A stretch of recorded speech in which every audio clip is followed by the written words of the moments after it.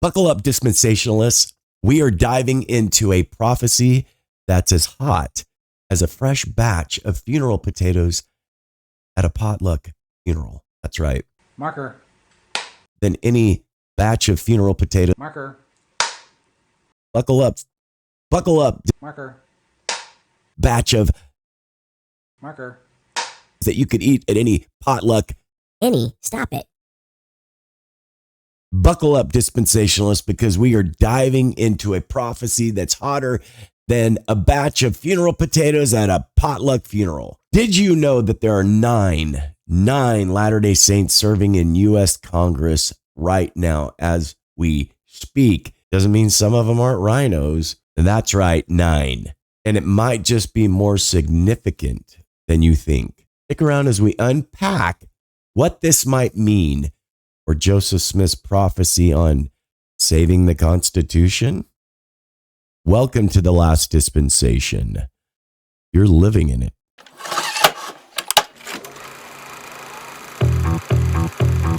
We don't really know where the world is gonna go, but now everybody knows that you can't stop for too long. Got to keep going. Don't really know where the world is gonna go. But before we get started, a little house cleaning. First of all, I did change my thumbnails and they're going to follow a pattern. And somebody, actually 3 people, said that I was copying someone else that we know who makes thumbnails like that. But nay. You see, I started my YouTube channel back in the old days, which was 2019, the old days, January of 2019. 19, 20, 21, 22, 23, 24, almost 7 years. Yeah, give or take, right? I started back before a lot of these youngsters when there were about 20 of us. Now there's about 350 and climbing, probably even more than that. But if you look here, I did this a long time ago. I was making my thumbnails like this before anyone. And I reverted back to it a few times because I don't like to take the time. I love art. I'm very aesthetic. I often like to take the time to do these things, but it's time consuming. So yes, I started doing this before a lot of the other Latter-day Saint podcasters, and people did it before me. It's just kind of a thing, just kind of a quick template style of making a thumbnail. So nobody's copying anybody. All right. So the other thing, I used the word dispensationalist, and that's who you are. Because I was thinking you've got all these nickname, family names for different people that are on different podcasts. You are dispensationalists with an S, right? At the end. And even more so when you become a member of the channel. But if you become a member of the channel, you can use cool emojis, the same ones that I use, and so many other little perks. $2.99 a month on up. It's really no big deal. And they just take that little $3, $4, or $6, whatever it is, out of your account. I think it's no more than $5 or $6 a month. And then like Sunbeams is like $1.99 or $2.99 a month. So that the last dispensation platform knows that Andrea and I are getting in that little bit of income. We can rely upon that. There are only 25 members of the channel right now as we speak. So if you want to become a member, you know how to do it. Just go to that little button where it says join, become a member. So I've been having problems with some technical issues. So we'll get the join button up and also the super thanks. And if you're new to the channel, welcome. Stick around because this is where you're going to strengthen your testimony. Do you know why? Because I, brothers and sisters, believe in prophets and apostles, and I believe in following policy. I believe in keeping the commandments. I believe in Brigham Young is a prophet. I believe in following a living prophet. I believe in sticking to the mainstream of the church. And I don't mean of what the members are gossiping about or a trend that's taking off, talking about the 15 men. Follow the prophet, follow the apostles, as they follow the prophet, as we all follow the Lord. I don't believe in blindly following anything, and either does the prophet. We are told to seek all things on personal revelation. I believe in the Holy Ghost. I am a Holy Ghoster. I believe in testimony. I believe in Moroni's promise. I believe in the first vision. I believe in temples. I believe in an ongoing restoration.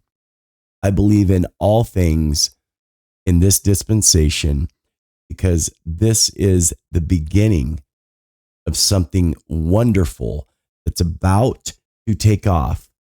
And it's called the millennium, and it's called the second coming. I don't believe in scaremongering. I do believe in repent or perish mongering, and I believe in prepare for all things that our prophets and apostles are telling us to prepare for. I believe in living in the gospel of Jesus Christ today. I believe that I've had this shirt on for 4 days because I've been sick.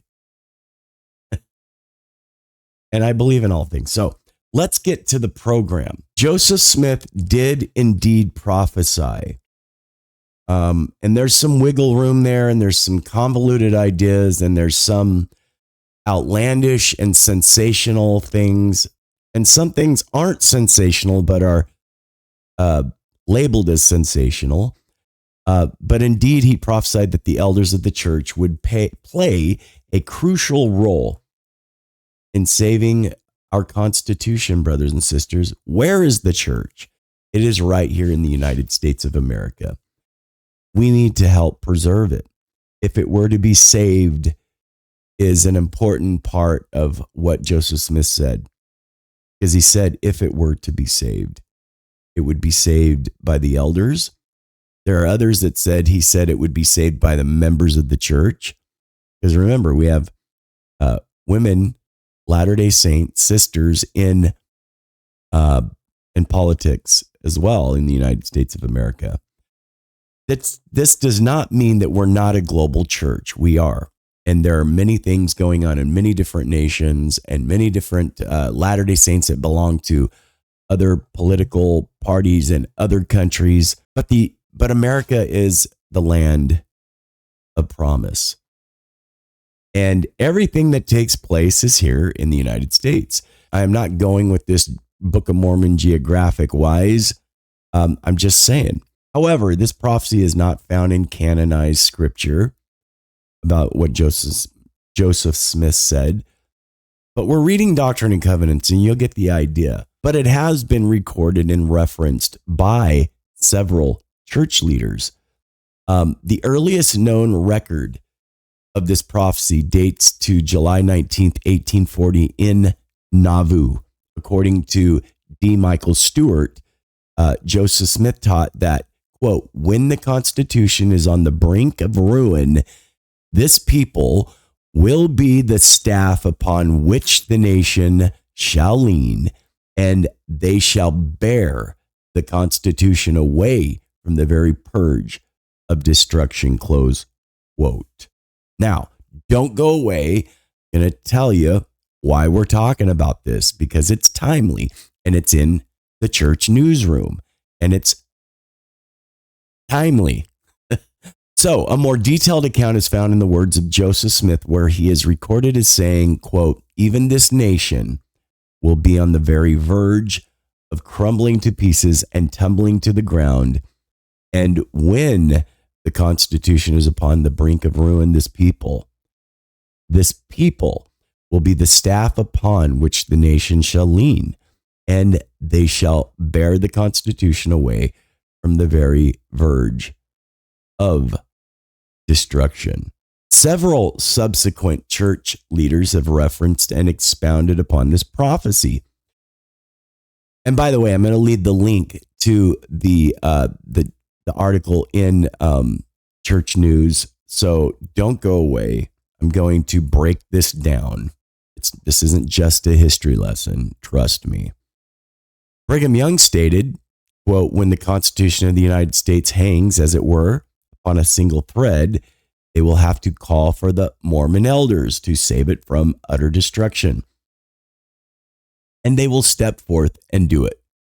Close quote. I'm pointing something out here, brothers and sisters. If this was just folklore, we have other prophets, and they might have been apostles as they were saying it, but they eventually became prophet. So there are others that say this. So, was it just folklore? Was it just handed down? I don't think so. I believe that others have been inspired to say the same thing.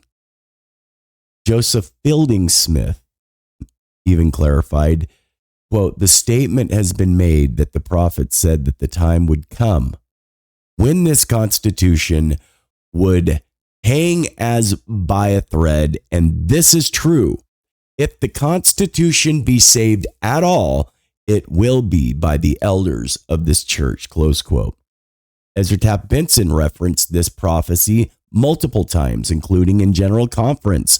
Quote, "The prophet Joseph Smith said the time would come when the Constitution would hang, as it were, by a thread.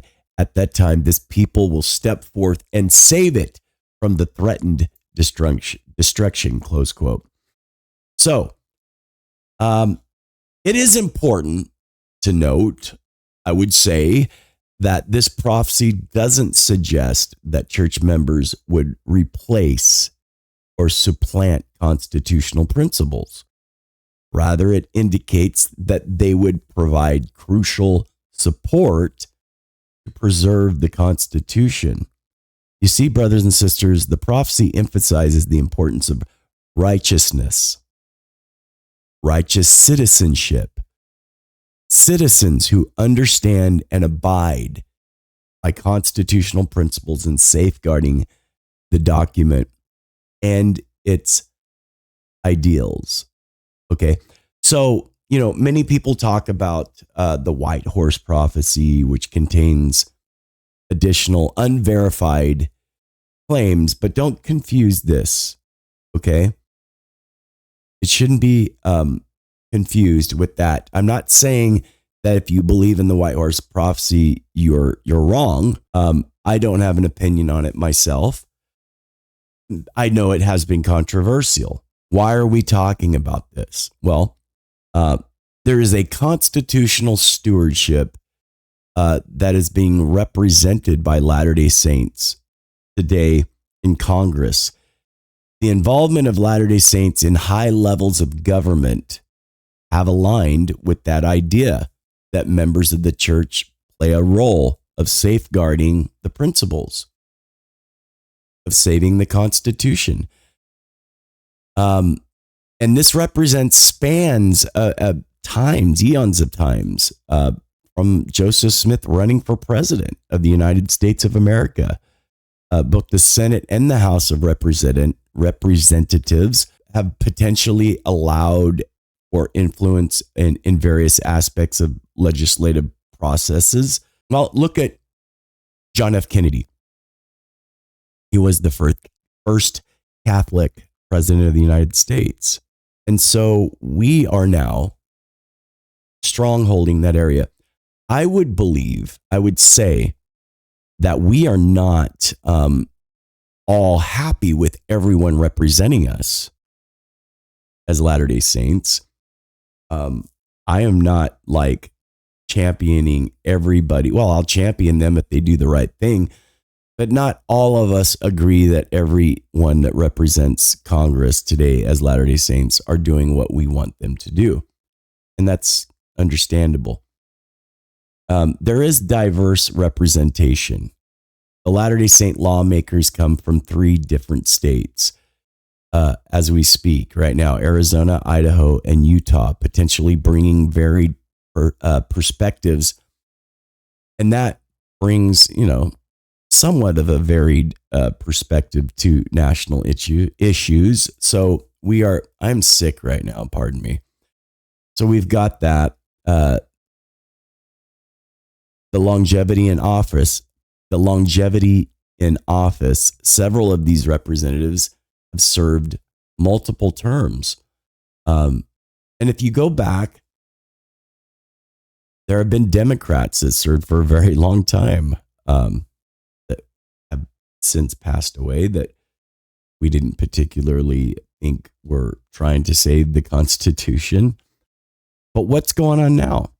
Are we vetting these people? Are these the people that you think are going to do it? I'm asking you. Put it in the comments section. What do you think? Are these congressmen and congresswomen representing us right now? The 1.7% of Congress that these lawmakers comprise of closely mirrors the 1% of the U.S. adult population who are members of the church, indicating a fair representation. Now, like I said, while the presence of Latter-day Saints in Congress is noteworthy, it's crucial to remember that mere membership in the church does not guarantee perfect alignment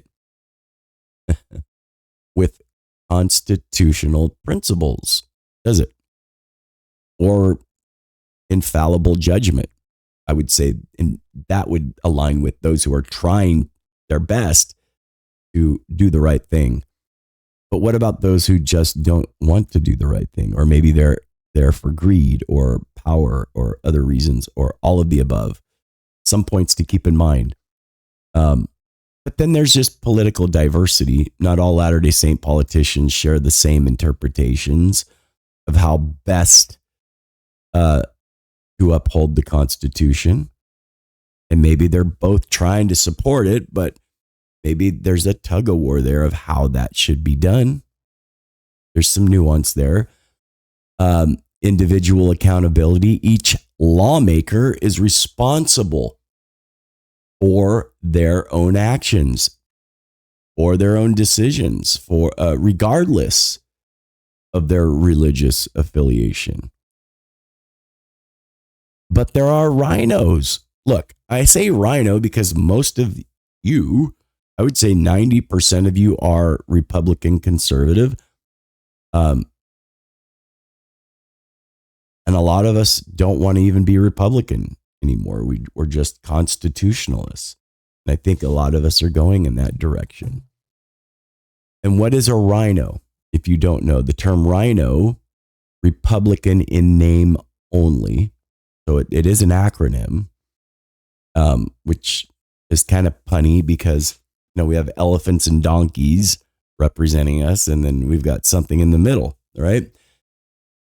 So that it suggests that some of our leaders might not always, or these politicians might not adhere to expected party principles as they should, which would just go to show that any group, including our trusty saints, might not be the best people. And it doesn't matter. What about potential elders might save the Constitution? Those who aren't even Latter-day Saints, dry Mormons. You know where that term came from, dry Mormon? I used to think it meant, Jack Mormon.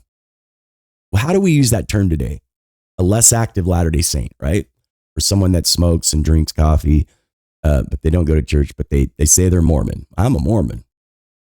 Through, dry and true, blue and blue, or however it goes, black and blue, right? I forgot how it goes, but put that in the comments, Sick. Put that in your book. But Jack Mormon did not mean that a long time ago. It meant someone who was not a member of the church, but supported us and had our back and maybe eventually joined the church, or they were a dry Mormon, meaning they hadn't gotten baptized yet. But it meant those who supported the church, believe it or not. The term came from Jackson County, Missouri, Jack Mormon. And these were in Clay County, to be exact. These were people who sympathized with the plight of the saints. They weren't Latter-day Saints. Interesting, huh? Today, it just means people that don't adhere to the church's standards, but are Latter-day Saints. So it changed. It evolved. Think about that. Just like the standard works. It used to be like 50 million things. Now it just means our scriptures. Yeah. You don't know these things. Look it up. Look that up in your books. Lord have mercy. I'm sicker than a dog. I'll be getting hopped up on this good old medicine here. So, out of that mess, so we know what a rhino is. Connecting to Joseph Smith's prophecies are could be quite complicated. But we have people representing us in Congress. So I'm not going to read the article, but I'll leave you the link so that you could check it out. But they are there. Could this be about the elders or members of the church saving the Constitution?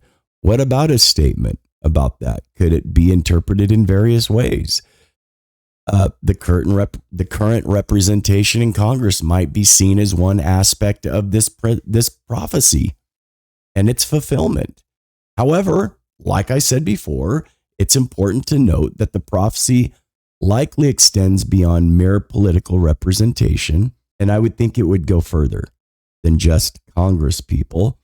But this is a catalyst for that.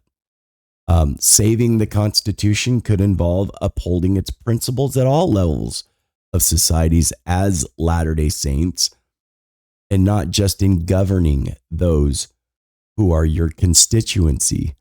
The responsibility to preserve constitutional values does lie within all citizens and not just elected officials or members of particular faith. But we are speaking particularly about that. So if you put in the comment section, well, I know good Catholics and good bad. Yes, but we're talking about saints right now. So there is a presence that we need to adhere to and understand ideally and fundamentally what this means. And it's broader, I would say, than just representation in Washington and Latter-day Saints in Congress. But it's significant and it's interesting. It should be viewed as just one potential aspect, but it should be viewed as partially fulfilling Joseph Smith's prophecy. The true saving of the Constitution likely involves a much broader effort by church members and all citizens. But, let's go.